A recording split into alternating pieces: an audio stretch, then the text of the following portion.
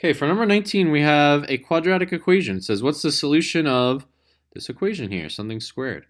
The good news, we don't have to factor, we don't have to do quad formula or anything like that. This is going to be one of those rare cases where we could utilize radicals or square roots. Since there's no x term and there's only something squared, we can use square roots to undo those or basically cancel them out.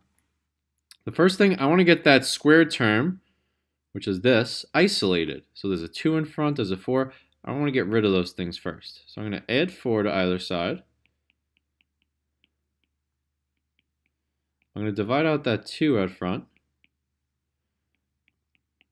And now that it's isolated, now and only now that it's isolated, I can hit both sides with square roots. Take the square root of the left, take the square root of the right. Squaring and taking the square root kind of cancel each other off. They're inverse operations. So I'm just left with x plus 2.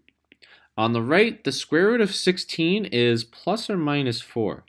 You notice here some of the choices only have one. If you got that, put that plus minus, you probably got this wrong. Whenever you take the square root, there's both positive and negative answers to consider. Why is this the case? Because negative 4 times negative 4 is also 16. So anytime you take a square root, there's a positive and a negative answer.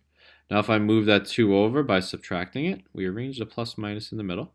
Let's do the math twice. Negative 2 plus 4 is 2, and negative 2 minus 4 is negative 6. So I'm looking for positive 2 and negative 6 for choice 3. What would be another method to solving this? Simple guess and check.